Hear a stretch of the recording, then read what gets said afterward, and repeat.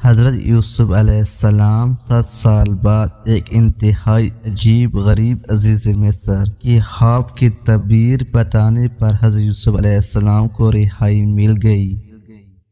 عزیز مصر اپنی وفات سے پہلے ہی تمام اختیارات حضرت یوسف علیہ السلام کی ہاتھ کر دی۔ چنانچہ اس کی وفات کے بعد اخناتون نے حضرت یوسف علیہ السلام کو ہی عزیز مصر بنا دیا۔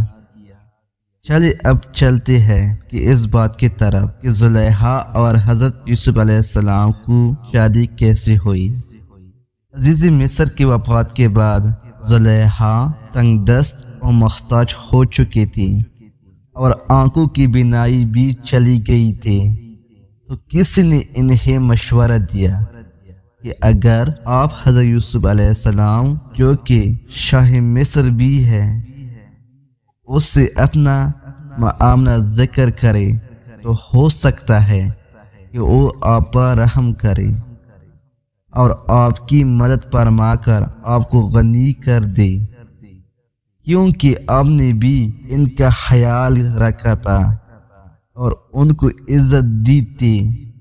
اس پر جب کسی نے انہیں یہ کہا ایسا نہ کیجیے، ہو سکتا ہے کہ ان کو آپ کا وہ سلوک یاد آ جائے جب آپ نے ان پر الزام لگایا، تو انہیں کافی تکلیف کا سامنا کرنا پڑا تھا اور وہ بھی آپ کے ساتھ ویسا ہی کرے جیسا آپ کی وجہ سے ان کے ساتھ ہوا، تو فرمانے لگے میں ان کو برباد اور کرم نوازی کو جانتی ہوں۔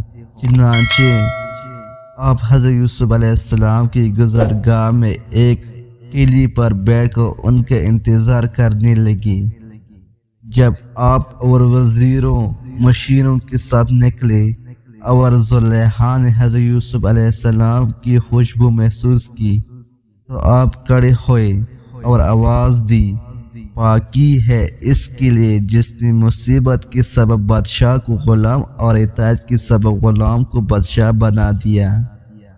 آپ نے پوچھا تم کون ہو؟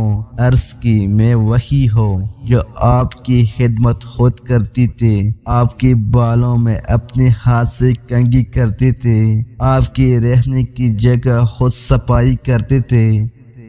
مجھے میرے کئی کی سزا مل چکی، میری قوت ختم ہو گئی، میرا مال ضائع ہو گیا، میری آنکھوں کی روشنی ختم ہو گئی اور میں لوگوں سے سوال کرنے پر مجبور ہو گئی ہوں۔ پہلے مصر کے لوگ میری نعمت کو دیکھ کر رشک کرتے تھے اور اب میں اس سے محروم ہو چکے ہوں، کیونکہ فساد کرنے والوں کی یہی سزا ہے۔ یہ سن کر حضرت یوسف علیہ السلام بہت زیادہ روئے اور حضرت زلیخا سے فرمایا کیا تیرے دل میں میری محبت میں سے کچھ باقی ہے؟ آپ نے عرض کی جی ہاں، اس کی قسم جس نے حضرت ابراہیم کو خلیل بنایا، مجھے آپ کی طرف دیکھنا زمین چاندی ملنے سے زیادہ محبوب ہے۔ آپ وہی سے چلی گئی اور حضرت زلیخا کی طرف پیغام بھیجا کہ اگر تمہاری رضامندی ہو تو ہم تم سے نکاح کر لیں، اگر تم شادی شدہ ہو تو تمہیں غنی کر دی۔ آپ نے حضرت یوسف علیہ السلام کا پیغام لانے والے سے کہا میں جانتی ہوں کہ وہ مجھ سے مذاق کر رہی ہے، کیونکہ میری جوانی اور حسن جمال کے وقت تو انہوں نے میری طرف توجہ نہیں دی، اور اب جب کہ میں بوڑھی اندھے اور فقیر ہوں تو وہ مجھے کیسے قبول کر سکتے ہیں۔ بہرحال حضرت یوسف علیہ السلام نے ان سے نکاح کر لیا اور ان کے پاس آئے، پھر نماز پڑھی اور اللہ تعالیٰ نے حضرت زلیخا کا حسن و جمال اور بصیرت جوانی لوٹا دی۔ میرے پیاری ویور، اگر آپ کو ایک کہانی پسند آئی تو میرے یوٹیوب چینل کو سبسکرائب کرو۔ والسلام۔